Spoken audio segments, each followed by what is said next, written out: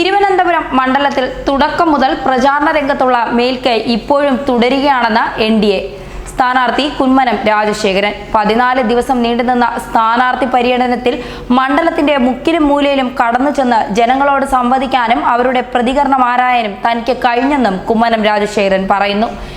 LDFും UDFും മാറി മാറി പ്രതികരിച്ച മണ്ഡലമാണ് തിരുവനന്തപുരം.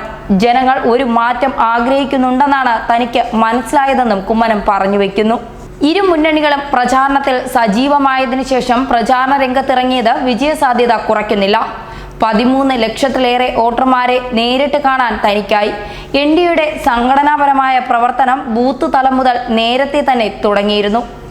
ജനങ്ങളുടെ സ്വപ്നങ്ങളും അഭിലാഷങ്ങളും തിരിച്ചറിഞ്ഞ് അവയ്ക്ക് സൃഷ്ടിപരമായ പരിഹാരം കണ്ടെത്താനുള്ള ശ്രമം നടത്തും. വ്യാപകമായും ആസൂത്രിതമായും സുസംഘടിതവുമായി തിരഞ്ഞെടുപ്പ് പ്രവർത്തനം നടത്താൻ കഴിഞ്ഞു എന്ന ആത്മവിശ്വാസവും ആത്മസംതൃപ്തിയും പ്രചരണം അവസാനിക്കുന്ന ഘട്ടത്തിലും തനിക്കുണ്ടെന്നും കുമ്മനം പറയുന്നു. ഇത്രയും കാലത്തെ തിരഞ്ഞെടുപ്പ് ചരിത്രം ആവർത്തിക്കുമെന്ന് കരുതുന്നവരുടെ കണക്കുകൂട്ടലുകൾ തെറ്റിക്കുന്ന തിരഞ്ഞെടുപ്പാകും ഇത്തവണ നടക്കുന്നതെന്ന് തിരുവനന്തപുരത്തെ NDA സ്ഥാനാർത്ഥി കുമ്മനം രാജശേഖരൻ നേരത്തെ തന്നെ വ്യക്തമാക്കിയിരുന്നതാണ്.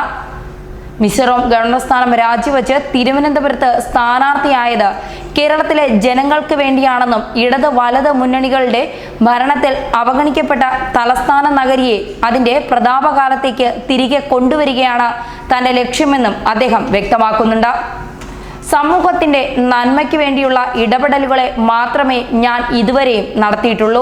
പൊതുജന നന്മയെ നിലനിർത്തിയുള്ള ഒട്ടേറെ പ്രക്ഷോഭങ്ങൾ നയിക്കാൻ കഴിഞ്ഞു എന്ന ചാരിതാർത്ഥ്യമാണ് എൻ്റെ മുന്നോട്ടുള്ള പ്രവർത്തനങ്ങൾക്ക് ഊർജവും കരുത്തും പകരുന്നത്.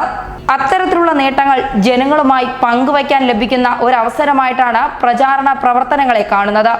ആ നേട്ടങ്ങൾ തന്നെയാണ് എൻ്റെ കൈമുതലെന്നും കുമ്മനം പറയുന്നു. ന്യൂസ് ഡെസ്ക് മലയാളി വാർത്ത.